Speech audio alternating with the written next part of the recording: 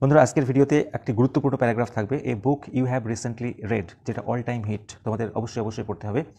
বন্ধুরা তোমাদের এটা আমি পয়েন্ট আকারে লিখে লিখে দেখাবো কীভাবে লিখতে হয়।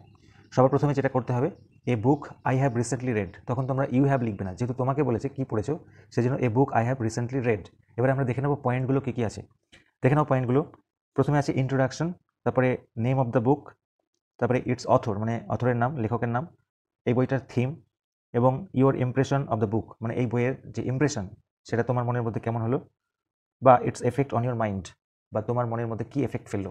এই পয়েন্টগুলো ধরে ধরে লিখলে তোমাদের মুখস্থ করতে হবে না, বুঝে নাও। সবার প্রথমে ইন্ট্রোডাকশন হিসেবে আমরা লিখতে পারি যে বই পড়ার প্রতি আমার বিশেষ প্যাশন রয়েছে। তাহলে আমরা লিখব আমার রয়েছে, I have a great passion, আবেগ রয়েছে কিসের প্রতি, for reading book, reading book. আমি বিভিন্ন ধরনের বই পড়ি, I read different types of books. এরপরে লিখতে হবে যে আমি মানে রিসেন্টলি একটি বই পড়েছি, সেরকম রিসেন্টলি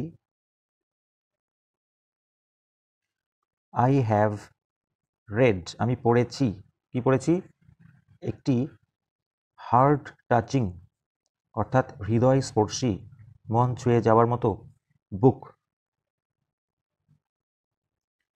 তারপরে বইটার নাম লিখতে হবে, আমরা পয়েন্টে দেখেছি, সেই জন্য আমরা লিখব the name of the book is, বইটার নাম বড় হাতে লিখতে হবে ইনভার্টেড কমার মধ্যে, যেমন ধরো পথের পাঁচালী, ফুল স্টপ।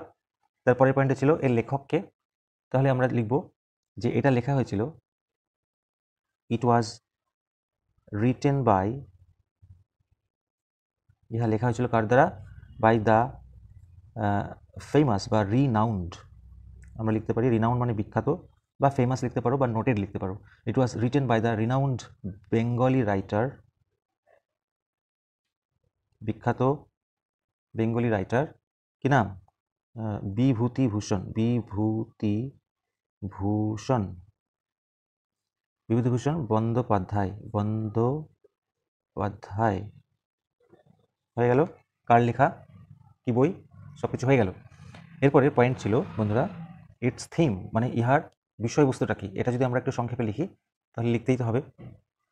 তাহলে আমরা লিখবো এটা একটা উপন্যাস ছিল, সেই জন্য লিখবো দ্য নোভেল, বা দ্য বুকও লিখতে পারো, দ্য নোভেল ইজ অ্যাবাউট, মানে এই গল্পটা কি সম্পর্কে, অ্যাবাউট দ্য হার্ডশিপ, হার্ডশিপ মানে কষ্ট, about the hardship of the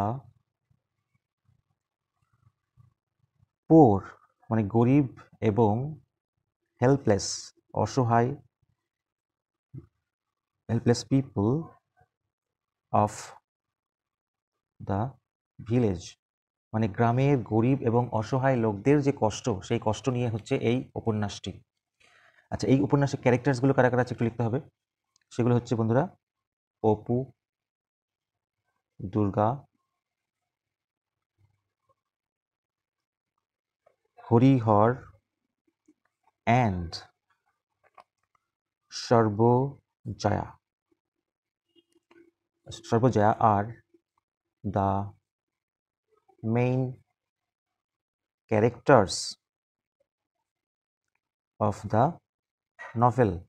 এই উপন্যাসের প্রধান প্রধান চরিত্র হচ্ছে অপু, দুর্গা, হরিহর এবং সর্বজয়া। আচ্ছা, এবারে তারা কারা ছিল একটু পরিচয় করে দিতে হবে। Harihar and Sarbajaya are the parents, Harihar এবং সর্বজয়া হচ্ছে পিতামাতা, and Apu and Durga are their children, Apu এবং দুর্গা হলো তাদের সন্তানেরা। আচ্ছা, এবারে আমাদেরকে লিখতে হবে যে এই গল্পে আরেকটু কি তুলে ধরা হয়েছে। এবার আমরা লিখব থ্রু দেয়ার ক্যারেক্টার্স অর্থাৎ তাদের চরিত্রের মধ্যে দিয়ে,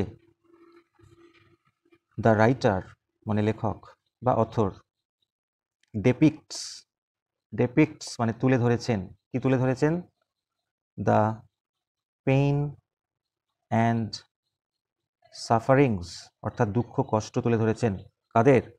of the poor rustic people অর্থাৎ গরিব গ্রাম্য মানুষের দুঃখ কষ্ট তুলে ধরেছেন তাদের মধ্য দিয়ে। আচ্ছা, এটা আর কি তুলে ধরেছে? ইট অলসো হাইলাইটস, ইহা আরও তুলে ধরেছে, হাইলাইটস মানে তুলে ধরেছে, কি তুলে ধরেছে? দ্য ডিফারেন্ট অ্যাসপেক্টস অর্থাৎ বিভিন্ন দিক কোথাকার? অফ দ্য সোসাইটি, সমাজের বিভিন্ন দিক তুলে ধরেছে। সেগুলোকে কি হতে পারে? যেমন ধরো স্ট্রাগল কমা কাস্ট সিস্টেম জাতপাত প্রথা, রিলেশনস অর্থাৎ সম্পর্ক, গ্রামের একে অপরের সঙ্গে কেমন সম্পর্ক বা বাড়ির লোকজনদের সম্পর্কে কেমন সম্পর্ক ইত্যাদি তুলে ধরেছে। তারপরে আমরা লিখতে পারি এ গ্রেট শক, একটা বিশাল আঘাত নেমে আসে, comes to the family, when যখন, অপুজ এল্ডার সিস্টার দুর্গা, অপুর বর্দি যার নাম দুর্গা, ডাইজ মানে মারা যায়, এ প্রিম্যাচিওর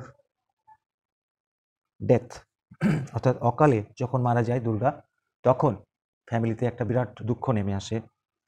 এবারে পরের পয়েন্ট হচ্ছে তোমার ইমপ্রেশন। বন্ধুরা, ইমপ্রেশন মানে তোমার মনে কি ছাপ ফেলেছে। তাহলে এক্ষেত্রে আমরা লিখতে পারি দ্য মিজারি মানে দুঃখ কষ্ট, the misery of the people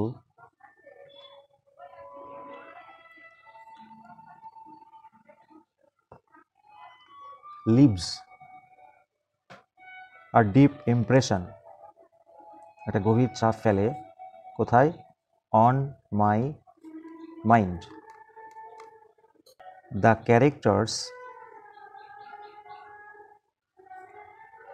R so realistic মানে চরিত্রগুলো এতটাই বাস্তব যে আই ক্যান রিলেট মাইসেলফ, আমি নিজেকে রিলেট করতে পারি, এক হতে পারি, টু